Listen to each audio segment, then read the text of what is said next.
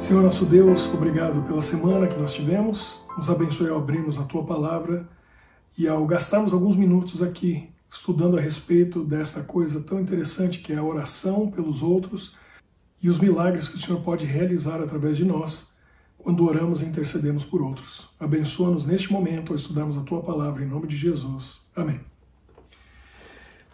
Como funciona a oração intercessória? Muitas vezes temos pessoas que são parentes, amigos, pessoas das quais nós gostamos, com quem nós nos importamos, estão passando por necessidades, por problemas e precisam da nossa oração. Nós precisamos saber como fazer isso, como funciona, para que nós sejamos um instrumento nas mãos de Deus, atingindo essas pessoas, sendo usados por Ele como um canal de bênçãos na vida das pessoas que precisam da nossa oração, da nossa intercessão. Em Atos, no capítulo 12, nós vemos talvez o melhor exemplo em uma história, no caso de Pedro, que nos ensina como funciona a oração intercessória. Quais são aqueles parâmetros que envolvem a oração pelos outros. Eu vou ler aqui para você, Atos 12, para nós entendermos um pouquinho sobre essa história de Pedro. Aqui diz o seguinte: por aquele tempo mandou o rei Herodes prender alguns da igreja para os maltratar, fazendo passar a fio de espada Tiago, irmão de João. Vendo isso ser agradável aos judeus, prosseguiu, prendendo também a Pedro. E eram os dias dos pães asmos. Tendo-o feito prender, lançou-o no cárcere, entregando-o a 4 escoltas de 4 soldados cada uma, para o guardarem, tencionando apresentá-lo ao povo depois da Páscoa. Pedro, pois, estava guardado no cárcere, mas havia oração incessante a Deus por parte da igreja a favor dele. Quando Herodes estava para apresentá-lo, naquela mesma noite, Pedro dormia entre 2 soldados, acorrentado com 2 cadeias, e sentinelas à porta guardavam o cárcere. Eis, porém, que sobreveio um anjo do Senhor, e uma luz iluminou a prisão. E tocando ele o lado de Pedro, despertou, dizendo: levanta-te depressa. Então as cadeias caíram-lhe das mãos. Disse-lhe o anjo: cinge-te e calça sandálias. E ele assim o fez. Disse-lhe mais: põe a capa e segue-me. Então, saindo, o seguia, não sabendo que era real o que se fazia por meio do anjo. Parecia-lhe antes uma visão. Depois de terem passado a primeira e a segunda sentinela, chegaram ao portão de ferro que dava para a cidade, o qual se lhes abriu automaticamente.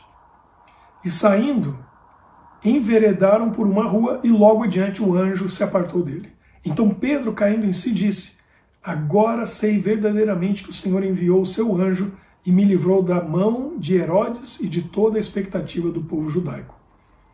Considerando ele a sua situação, resolveu ir à casa de Maria, mãe de João, cognominado Marcos, onde muitas pessoas estavam congregadas e oravam.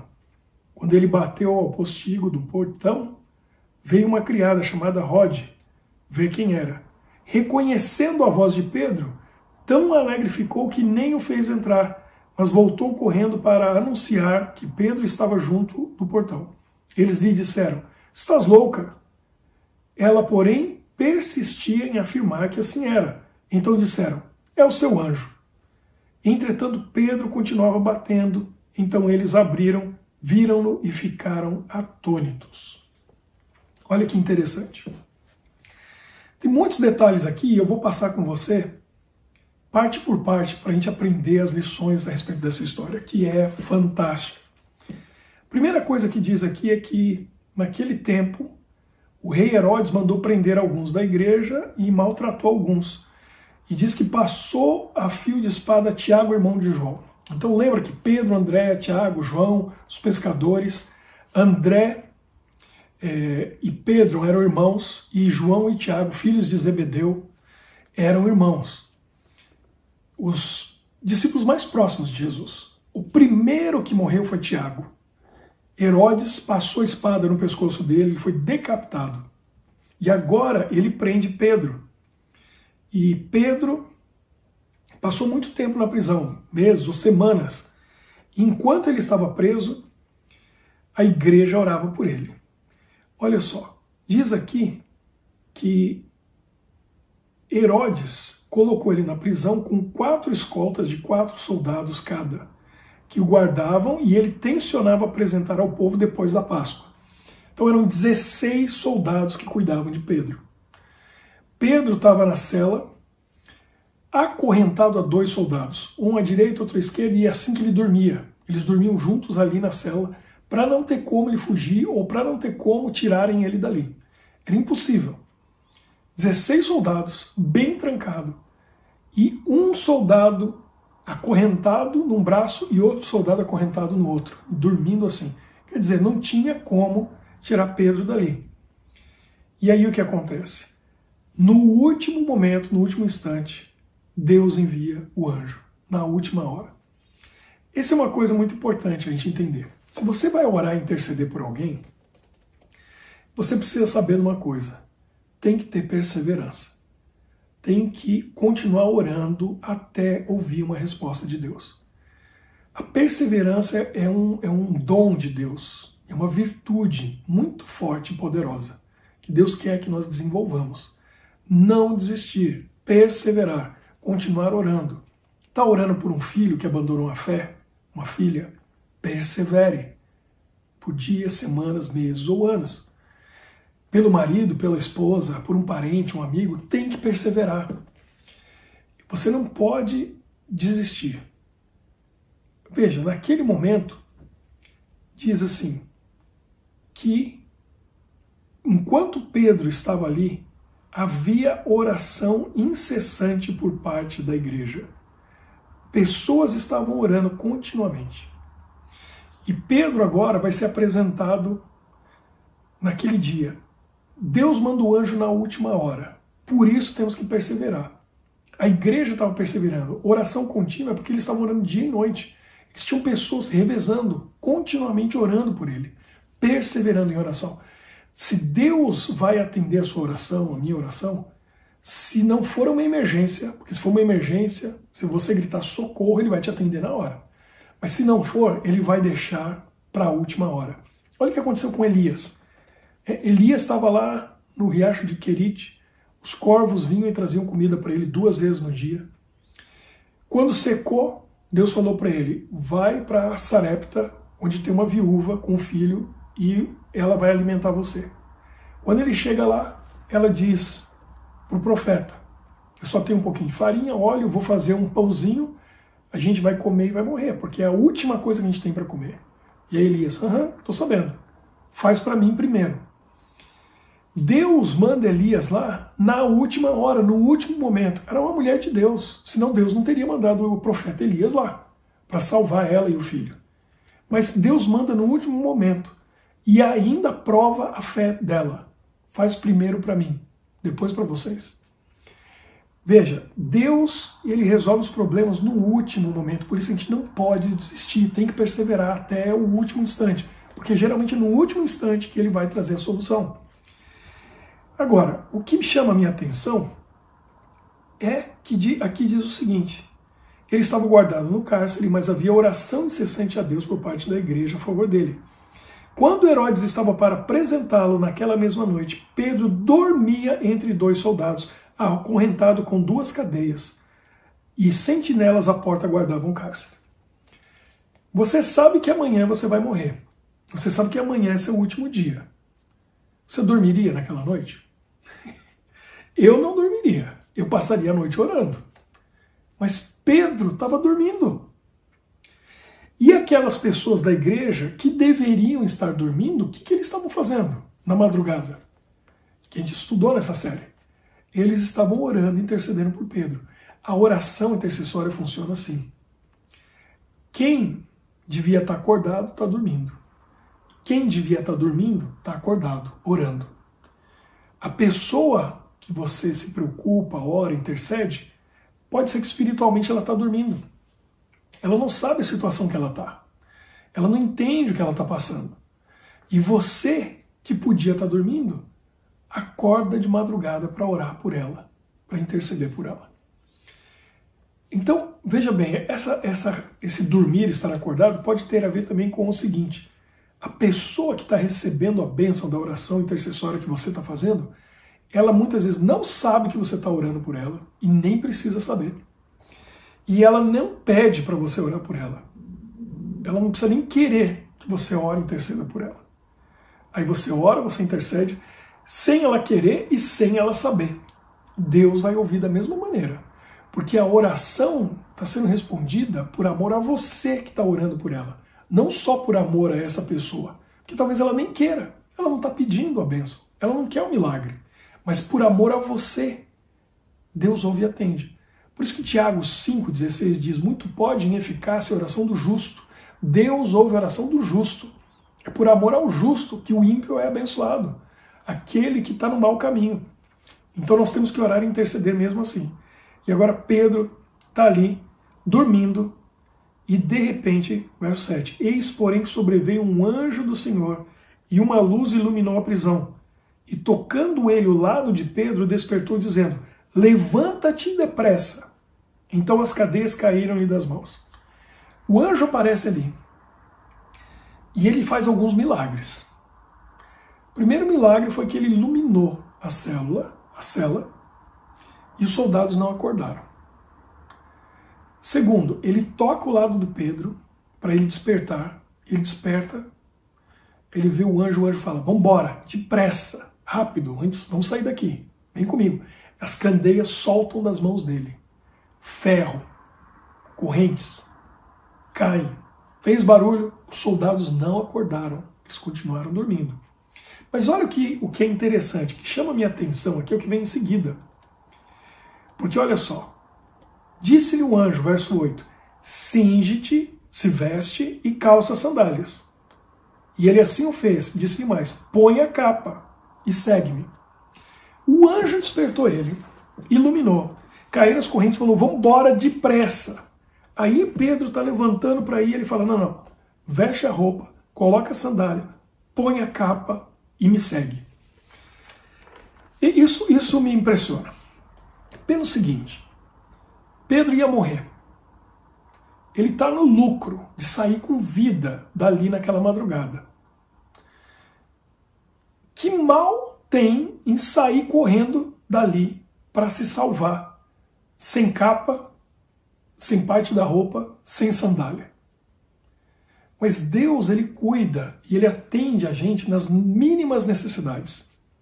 A preocupação de Deus: Pedro, tá frio lá fora, é madrugada, põe a capa, põe a sua roupa, eu não quero que você sinta frio, a gente tem que fugir, tem que ir embora rápido, mas põe a tua capa para você não passar frio.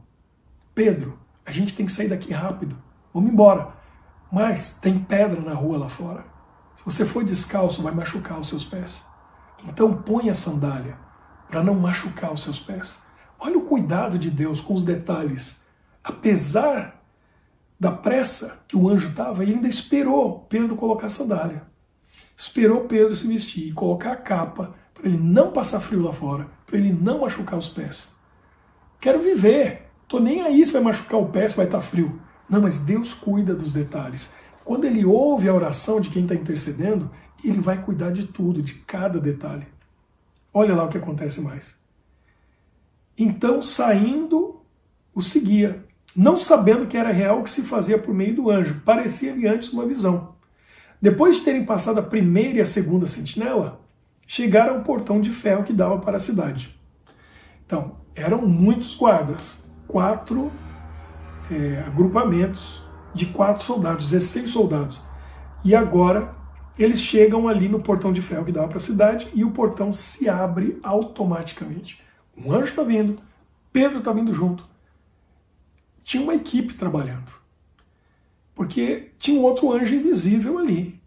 Tinha um que Pedro via, mas o portão abriu automaticamente. Quer dizer, não abriu sozinho, alguém abriu ele. Um anjo, outro invisível, abriu aquele portão. E agora eles saem para a rua.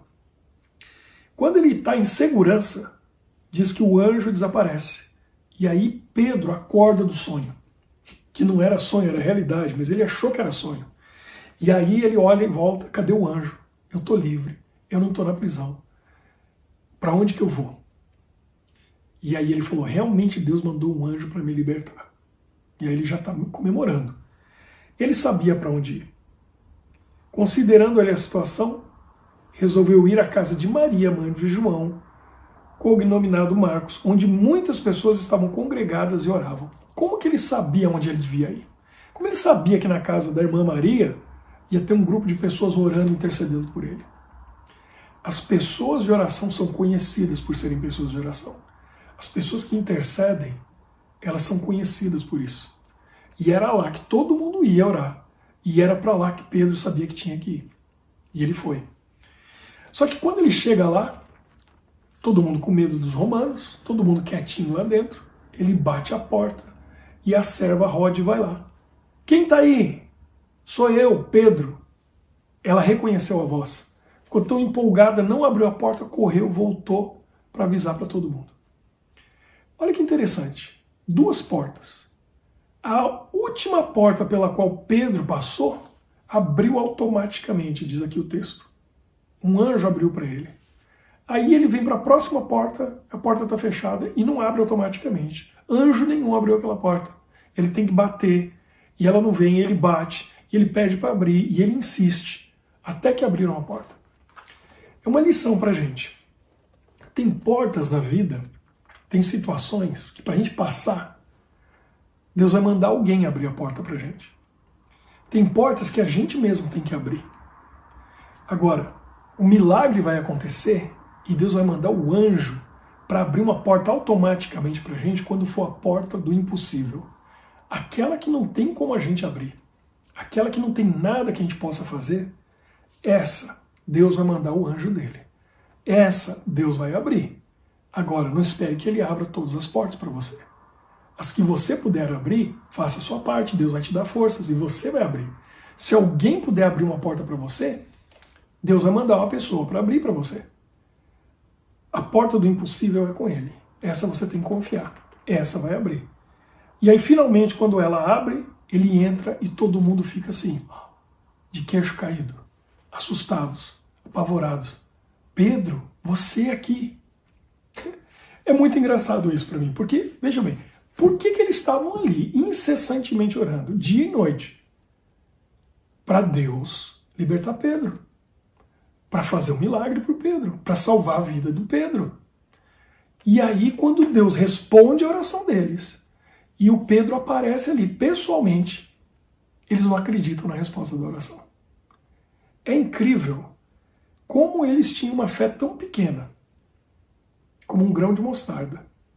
E mesmo com a fé tão pequena, Deus atendeu, Deus ouviu e respondeu dando o que eles pediram. Pedro estava livre. Pedro estava ali. Mas eles não conseguiam acreditar nos próprios olhos. Quando ela falou, a Rode falou, Pedro está à porta. Não, não pode ser ele, você está louca. Não, é ele sim, eu tenho certeza. Ela insistiu tanto que eles falaram, então é o anjo dele. Mas não é ele. O anjo dele veio, tomou a forma dele, a voz dele, mas não é Pedro, que não pode ser. Tem 16 soldados, ele está lá acorrentado, um de cada lado. Não tem como. Mas aconteceu. O milagre aconteceu. Porque havia um grupo de pessoas intercedendo. A gente precisa orar mais. E a gente precisa interceder pelas pessoas. Nós precisamos saber como fazer isso. E intensificar essa oração. A gente aprendeu nessa série como fazer isso. O jejum e a oração na madrugada. E aí orar especificamente para que Deus faça o milagre. Na guerra entre o bem e o mal, existem regras. E nós precisamos saber como essas regras funcionam para a gente poder vencer. Uma das coisas que é importante a gente entender é que a oração tem que ser específica. A gente não pode orar pedindo para que Deus faça algo que Ele não pode fazer, que Ele não vai fazer. Então, eu me lembro, quando eu morei no sul do Brasil, em Caxias do Sul, uma senhora que falou com uma amiga que orava sempre. E ela era sempre atendida em suas orações. Então a amiga contou para ela, eu estou muito frustrada, porque faz 15 anos que eu estou orando pelo meu irmão, para ele deixar a bebida, e não acontece nada. 15 anos que eu oro por ele, e Deus não fez milagre nenhum na vida dele. Aí a amiga falou para ela, mas como que você está orando? Aí ela disse, bom, eu estou pedindo para Deus tirar a bebida da vida dele. A amiga falou para ela, olha, existe uma coisa chamada livre-arbítrio. Deus não pode fazer isso. Deus não vai tirar a bebida da vida dele. A gente precisa ter sabedoria. Vamos pedir para Deus sabedoria para saber como orar. Então elas decidiram orar por algo que Deus pudesse fazer. E a oração delas foi a seguinte: vamos pedir para Deus mostrar para o seu irmão o mal que a bebida está fazendo na vida dele. Deus pode fazer isso? Pode. Então vamos orar por isso. E elas começaram a orar todos os dias para Deus mostrar para ele o mal que a bebida estava fazendo na vida dele. Oraram 1 mês, 2 meses, 3 meses, 4 meses, 5 meses, 6 meses. E aparentemente nada estava acontecendo. Ela já tinha orado 15 anos. 6 meses depois que estavam orando de maneira específica por isso. Um dia o irmão dela entra na casa dela e diz assim: larguei essa coisa de bebida. Nunca mais ponho isso na boca. Ela tomou um susto e falou: o que aconteceu? Falou: sabe de uma coisa? Eu tive pensando. Olha a resposta da oração. Tive pensando. O que ele teve pensando? Ele disse: eu perdi minha esposa, eu perdi minhas filhas, minha família, meu casamento. Eu perdi minha saúde, eu perdi dinheiro. Eu fiz as contas, nos 2 últimos anos eu perdi 9 bons empregos, tudo por causa da bebida. Nunca mais eu coloco isso na minha boca. Parei de beber, larguei, nunca mais. E ele largou. Foi uma decisão muito forte, como resultado da oração intercessória dessas 2 mulheres que pediram especificamente. A gente precisa saber como pedir. E a gente precisa perseverar. A gente tem que orar pela pessoa que está lá dormindo, mas você está acordado. Ela não precisa saber nem querer, mas você ora e intercede por ela. A gente tem que abrir as portas que a gente consegue abrir. Mas ter fé e confiança que as portas impossíveis Deus vai abrir. E esperar e confiar no poder e no amor dele para que isso aconteça. Nós temos que fazer a nossa parte. Se nós não orarmos, não vai acontecer nada. Se nós orarmos, é possível que milagres aconteçam. Então eu convido você para meditar a respeito desse assunto e para tomar uma decisão hoje de ser um guerreiro da oração, de ser um intercessor, de jejuar, de orar na madrugada, para que o milagre possa acontecer na sua vida e na vida dos outros, para que você seja um canal de bênçãos e um meio pelo qual Deus possa trazer bênçãos para as pessoas que estão ao seu redor, as pessoas que trabalham com você, que moram com você, que convivem com você, de perto ou de longe. A oração pode atingir pessoas em outros países. Tudo que você tem que fazer é orar, é interceder, é fazer a sua parte, porque Deus vai fazer os milagres. Vamos fazer uma oração e pedir para que Deus faça de nós intercessores, para que a gente se torne um canal de bênçãos. Querido Deus, obrigado por esta mensagem da Tua Palavra, pela história de Pedro, que nos ensina lições maravilhosas a respeito da intercessão. Usa-nos para que sejamos intercessores verdadeiros, para que possamos orar pelos outros quando necessário, para que milagres aconteçam na vida deles. E se for preciso, vamos jejuar, vamos levantar na madrugada, vamos intensificar nosso rogar, nosso pedir, a nossa oração, para que esses milagres venham realmente acontecer. Colocamos a nossa vida nas Tuas mãos e pedimos que nos use poderosamente com o Teu Espírito e o Teu amor, em nome de Jesus. Amém. Que Deus te abençoe, que você possa ser um guerreiro da oração e um intercessor.